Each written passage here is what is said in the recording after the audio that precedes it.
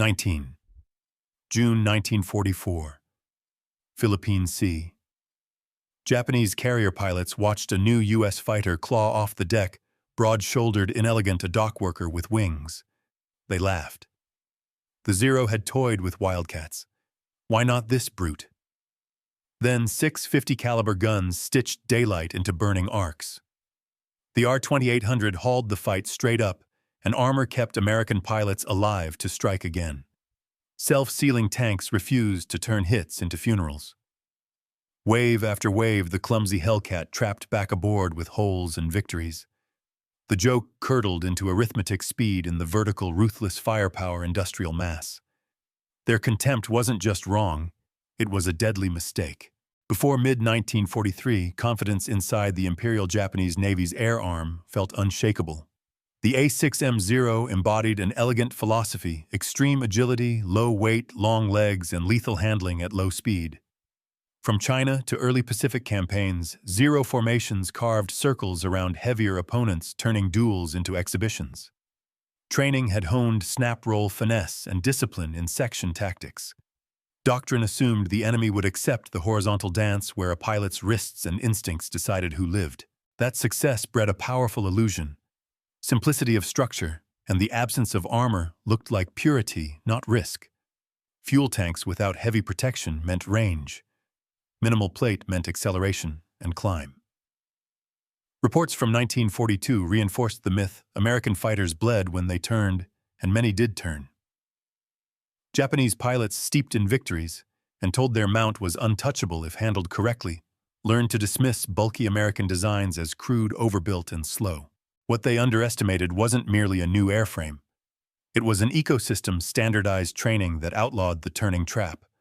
Carriers that generated sorties like clockwork, maintenance lines that returned wounded aircraft to flight, and a fighter designed to survive first, then kill. The stage was set for confidence to meet capacity and break. They mocked because they measured the American machine in the one arena where their legend still held the slow horizontal dance. On a chalkboard, the numbers seemed to favor contempt. The Hellcat's broad shoulders, deep-chested fuselage, and thick airfoil meant higher wing loading and more drag at low speed. To Zero veterans, that read as late to turn slow, to roll easy, to overshoot. The Pratt & Whitney R-2800, a 2-row radial, with a face like a barn door, advertised frontal area and fuel burn proof. They said that Americans solved every problem with horsepower and gasoline, not finesse. Folding wings, clever for stowage perhaps, but to eyes trained on lightness, they were just hinges, actuators, and extra mass waiting to crack under G. Armor plate behind the pilot. Bullet-resistant glass self-sealing tanks to pilots raised on purity through simplicity. These were sins against agility, weight spent to survive mistakes instead of preventing them. Even the armament looked crude. 6. Browning 50s in place of a cannon's single surgical stroke seemed like a confession spray to compensate for poor marksmanship, quantity over quality, noise instead of precision. Propaganda and early war echoes reinforced the joke: Wildcats bled when they turned. American pilots, impatient and brave, kept accepting the invitation and paid for it. Stereotype hardened into doctrine by habit. Americans build heavy, fly straight, and panic in the circle. Through that lens, the Hellcat looked like the same mistake on a larger scale: a Wildcat gone to the gym, more muscle, same flaws. They read photographs, thick canopy frames, fat tires, big flaps, and drew the old conclusion: draggy in the merge, doomed in the scissors, vulnerable in a flat turn. What they could not see on paper were the places the Hellcat refused to fight below corner speed in sustained turn under the Zero's nose. What they did not credit was a syllabus that outlawed their favorite trap. And what they missed entirely was that the American excess they mocked, redundant structure, tolerant engine fuel in the bank guns, harmonized for a brief, brutal window, was not waste.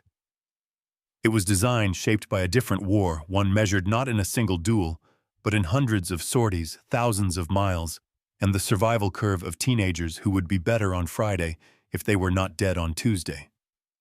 Mockery felt rational because they weighed trade-offs at one speed, one angle, one moment. The Hellcat was built for all the others. The problem the United States had to solve was not how to win one dogfight. It was how to control an ocean. In the Central Pacific, the map itself was an enemy atolls separated by blue voids carriers as moving cities, task forces too far from land to forgive mistakes. A single afternoon of losses could strip a fleet of its shield. A single weak cap could let a raid through to the flight decks and set strategy on fire. Fighters had to do three things ruthlessly: keep combat air patrol aloft long enough to blunt massed strikes, escort bombers deep enough to reach airfields and carriers, and bring home inexperienced pilots often enough that inexperience became experience instead of a statistic. Early war practice failed those tests. Accepting turns bled speed and time. Zeros, coordinated and confident, peeled escorts off chopped-up strike packages and left bombers to flak and fires. Carrier cycles. Launch, marshal, recover. Could not absorb fragile airplanes that won around and then augured short of the wires. Logistics multiplied, the pressure every mile west lengthened. The supply chain thinned the maintenance margin and made ditch and live a fantasy. Over deep water, a hit that set a wing tank blazing was a sentence, not a lesson. The strategic clock ticked one direction forward, and every tick demanded a fighter that changed the terms of contact. Enter the Hellcat, not as a talisman, but as an answer aligned to the theater. Its R-2800 turned altitude into a savings account. With knots in hand, it could choose when to appear and when to vanish. Armor and self-sealing tanks bought back pilots who would otherwise be names on a wall. Survival wasn't sentiment.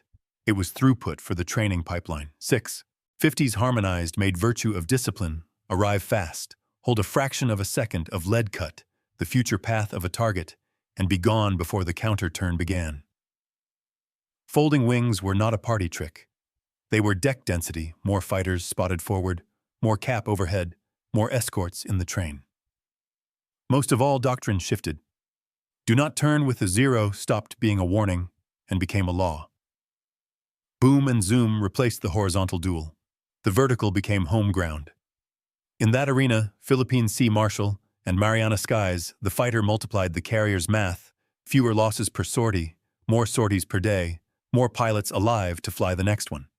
The untold problem was momentum across an ocean under fire.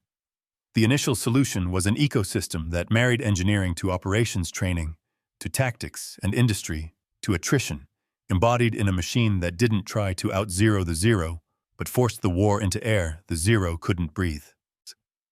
Bethpage, Long Island, mid-war months, when the factory windows glowed long after dark, and the commuter trains brought in a second shift that already smelled of oil. Grumman's trio, Leroy. Grumman, William Schwendler. Jake Swerble walked the lines like foreman of a moving town. The brief was not poetry, build a fighter that wins the Pacific's arithmetic. The Wildcat had taught hard lessons. Pilots needed more climb, more punch, more forgiveness, and the carrier deck demanded an airplane that could be mishandled at noon and still trap at dusk. In a small drafting room, the impossible looked modest, a thick root for strength, broad shoulder for fuel and guns, a vertical tail sized for hard recoveries, landing gear built like bridge work.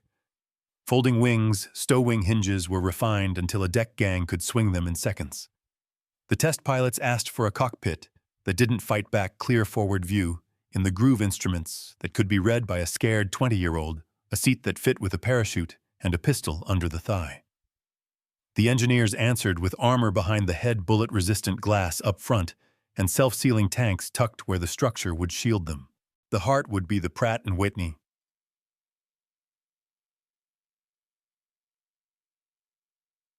Double-row air-cooled, more air pump than motor.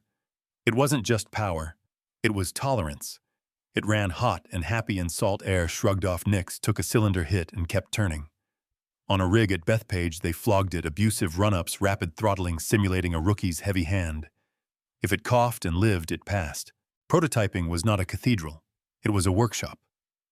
The first airframes light on polish, heavy on structure, went to a grass strip where the wind sometimes came at a cross. Drop tests weren't theoretical. A test pilot arrived high, chopped power, and arrived hard. The landing gear flexed, the tires bit, the hook caught, and the airplane didn't fold. Engineers in shirt sleeves took notes, chalked arrows on aluminum, and sent the ship back to the hangar for a thicker bracket here, a stronger rib there. The goal was not elegance, it was a margin for human error. Gunnery was its own religion. 6 Browning 50s were mounted where armorers could reach them, without cursing their feeds, smoothed their trays braced. On the range, cameras saw what tracers only hinted: dispersion patterns, convergence at a chosen distance, the fraction of a second, when all 6 streams braided through the same cube of air. Pilots ran deflection problems until their wrists knew the solution, before their eyes did. Maintenance crews got their say: early tool access panels, enlarged fastener types, reduced hoses routed where hands would fit.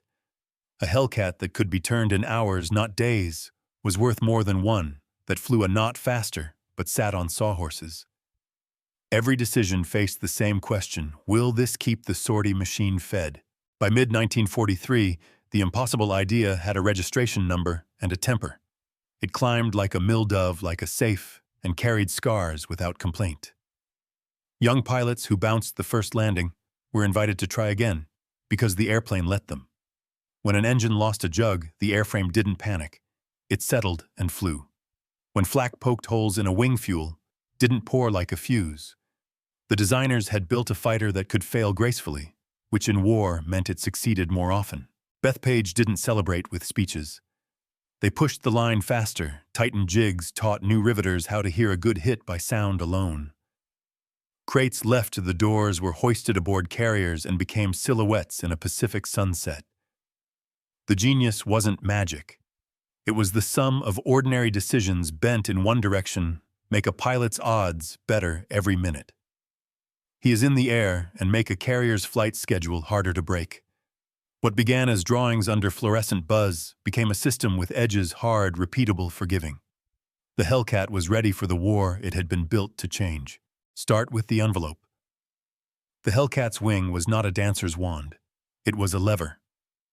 At low speed, the Zero could pirouette inside it, but above corner speed, the F6F's control harmony stiffened into stability, rock-solid gun platforms in a dive, predictable pullouts with G to spare. The thick root gave 2 asymmetric gifts: volume for fuel and guns, and strength for arrestments and hard arrivals. In the vertical, those choices paid back with interest. Engine, then the R2800. Displacement and fin area made it a heat-soaked champion, and its 2-stage supercharging gave climb and high-altitude lungs the Zero simply didn't have. Air-cooled meant fewer fluids to leak and burn. A nicked radiator dooms a liquid-cooled fighter, but a nicked cylinder on the R2800 is a problem, not a verdict. Throttle abuse an hour after takeoff didn't seize it. Salt air didn't sour it quickly. Strategic edge: you can plan sortie cycles and long cap windows when the motor forgives the pilot. Protection wasn't dead weight. It was time bought. Armor plate and bullet-resistant glass converted lethal hits into survivable glances. Self-sealing tanks did their ugly chemistry: swelling, gumming, choking leaks, so that a small-caliber puncture became a stain instead of a torch. On a carrier, war fought over blue water that meant pilots lived to brief what they'd learned and fly it better tomorrow. Experience compounding is strategy.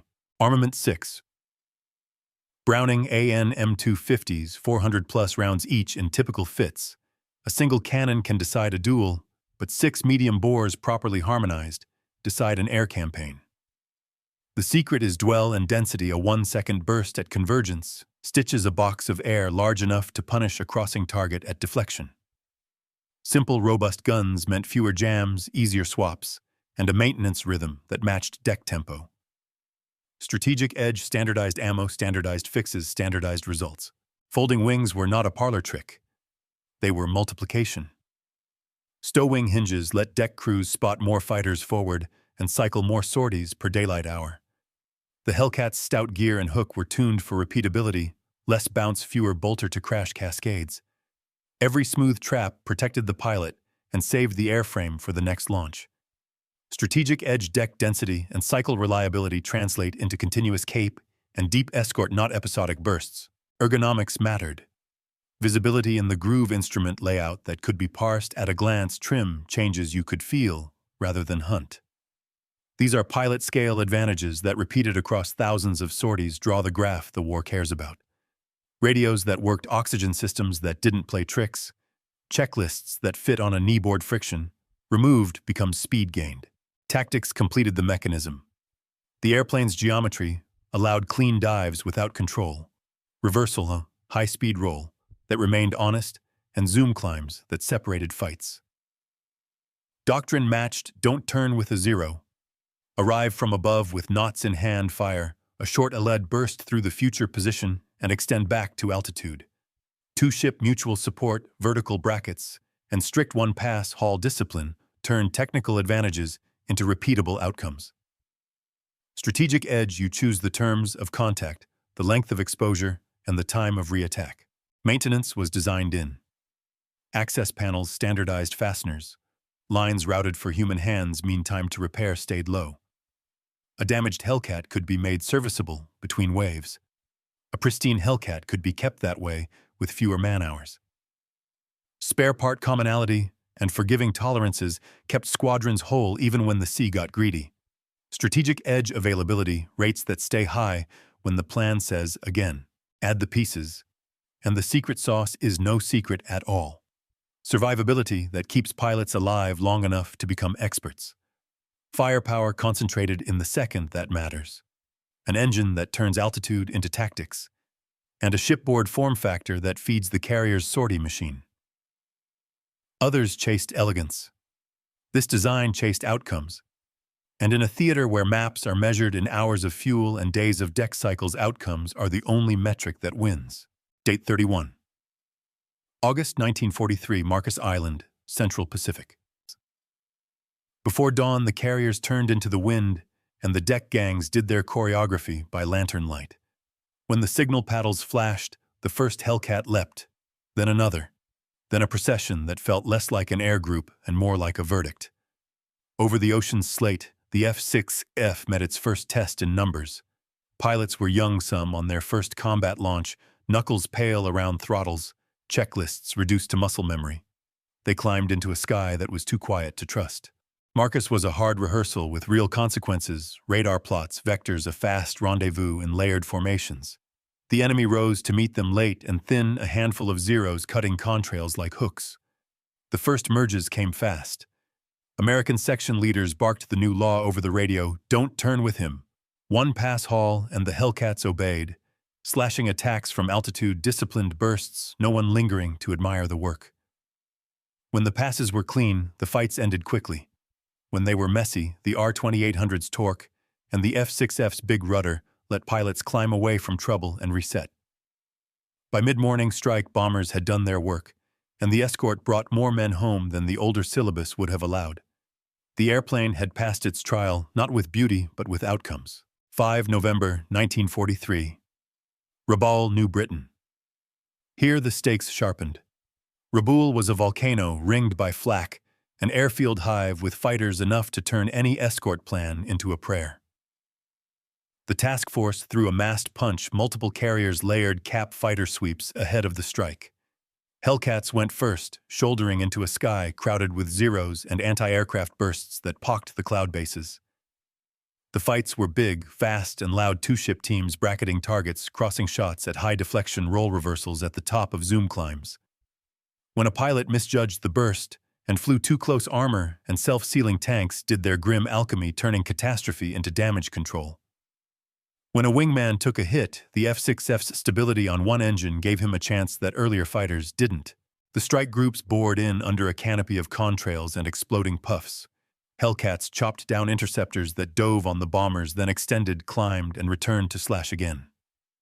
On the decks hours later, the arithmetic was written in grease pencil, aircraft launched, aircraft recovered, battle damage notes that read like survival stories. The squadron debrief wasn't poetry angles, speeds, bursts under 2 seconds. Never accept his circle, always keep the sun. But men nodded with the quiet recognition that doctrine and design had fused in combat. Across November and into the marshals, the pattern held. Each operation repeated the cycle at a larger scale, spot more fighters forward thanks to folding wings. Launch in stacked elements. Hold cap longer because the engine forgave and the tanks were big. Cut enemy interceptors out of the sky with short lethal bursts. Trap in numbers at dusk with airplanes still flyable despite holes that would have ended other types. The Hellcat was no talisman. It was an amplifier for training and a multiplier for the carrier's math. The first broad use had delivered the one thing the Pacific Campaign prized above all else: momentum. 19. June 1944. The Philippine Sea skies over the Marianas. Dawn broke on a sea the color of forged steel. To the west, Japanese carriers loosed their waves, dozens, then hundreds of aircraft angling in high and bright.